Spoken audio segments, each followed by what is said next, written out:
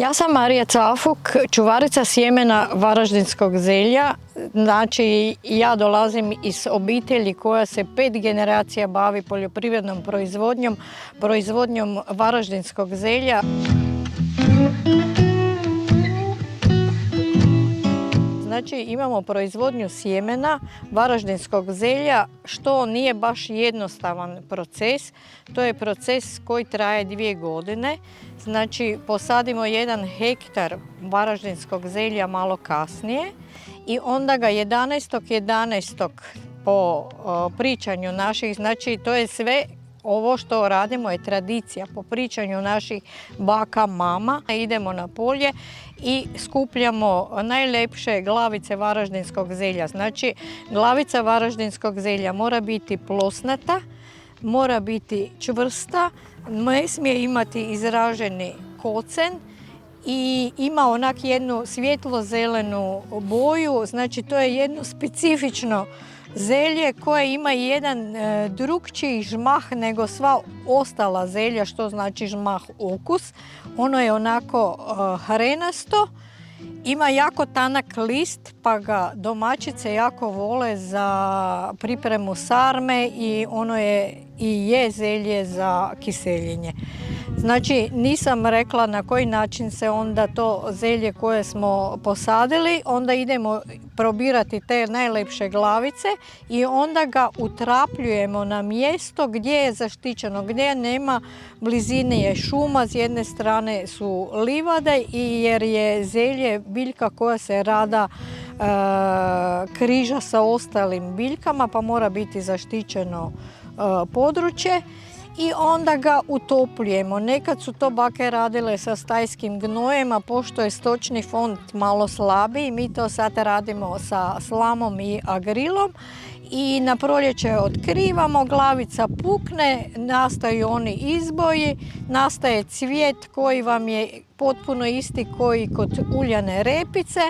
Formira se komuška, u toj komuški je sjeme i onda ono kad posmeđi idemo ga isto ručno brati, staviti, sušiti, sve ručno čistimo, tako da je proizvodnja sjemena te čuvane sorte je čisti ručni rad.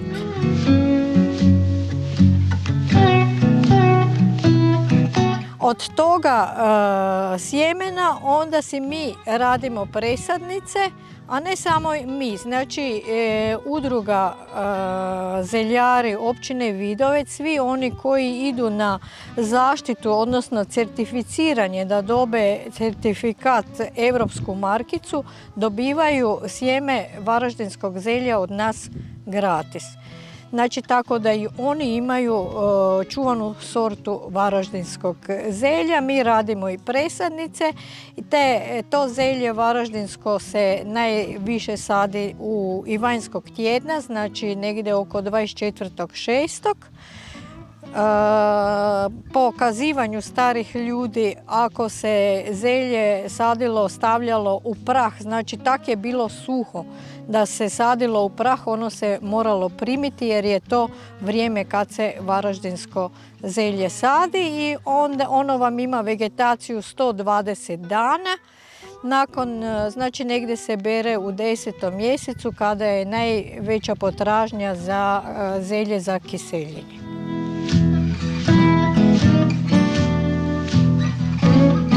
Naše poljoprivredno gospodarstvo, mi smo inače obrt, zove se proizvodnja poljoprivrednih proizvoda Jurica Cafuk, obrađujemo cirka 200 hektara parcela što nisu naše nego imamo u najmu ili neki stariji ljudi jednostavno više niti ne mogu raditi pa onda dođu pa uzimamo, tako da parcele tu na vidovečkom području su manje više sve obrađene. Od toga imamo nekih 80 hektara krumpira, nekih 20 hektara imamo zeljarica, 3 hektara imamo cikle, 7 hektara imamo tikve uljarice, Ostalo imamo pola pšenicu i kukuruz, znači toliko si moramo poštivati plodored, pa onda si iduće godine je na tim parcelama je ili krumpir ili zelje,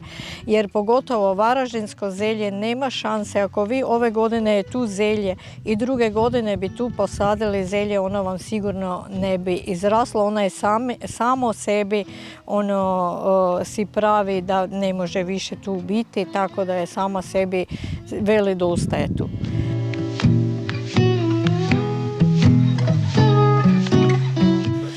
Znači, što se tiče opće proizvodnje tu na našem varaždinskom, odnosno vidovečkom području, mi imamo velikih problema sa vranama.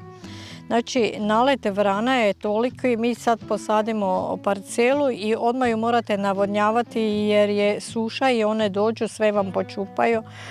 Naravno da to onda ti pravi velike probleme, štete, jer na koji način čupati 5 presadnica pa ti 5 ostavi, na koji način ne možeš više niti strojno niti nikako.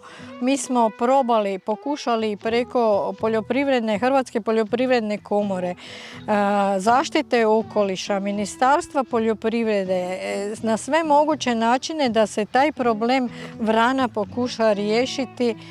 No, međutim, dosta teško ide, svi se vežu, poslali su nam A4 format papira gdje su nas obavezali sa nekakvom zakonskom regulativom, zakonsku regulativu, svi si mi možemo pročitati, ali treba poljoprivrednicima pomoći.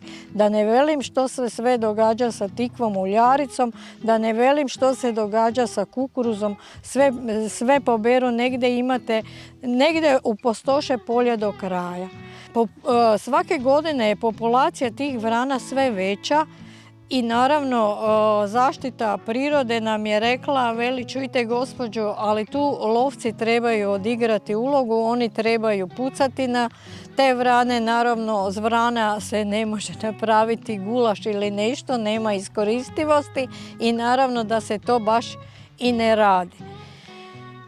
Lovci bi trebali, lovostaje, inače ne smije se na vranu pucati od 3. do kraja 8. mjeseca, ali ako Lovački savez uputi zahtjev, on se produžuje kroz cijelu godinu, znači stvarno se mora to odraditi, jer inače ne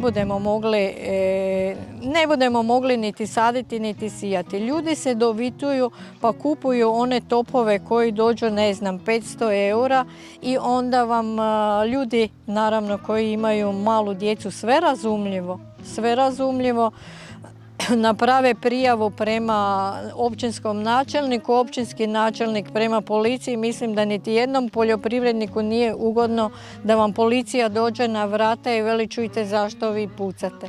A poljoprivrednik samo spašava ono što je uložio. On je uložio u sjeme, umjetni gnoj, u sadnice i sve i u top i na kraju nema ništa. Mislim da svi skupa trebamo staviti glave skupa i napraviti nešto što se tiče tih nametnika zvanih vrane.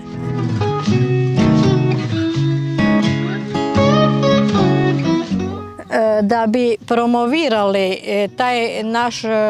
naše varaždinsko zelje, jer kao što sam rekla na početku, varaždinsko zelje je uzdiglo ovaj kraj gospodarstveno, da se razumijemo.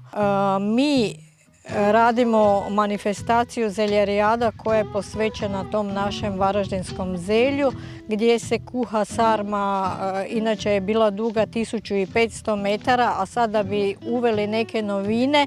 Sada kuhamo sarmu od 12.000 komada sarmi i kroz tu manifestaciju vam se tu prođe oko 5000 ljudi u jednom takvom malom mjestu. Tu kad se reže sarma, odnosno kad se daje pozdrav sarmi, tu je red dugi je 100 metara, svi čekaju, to je prvo zelje koje je ukiseljeno i naravno svi su već željni te sarme.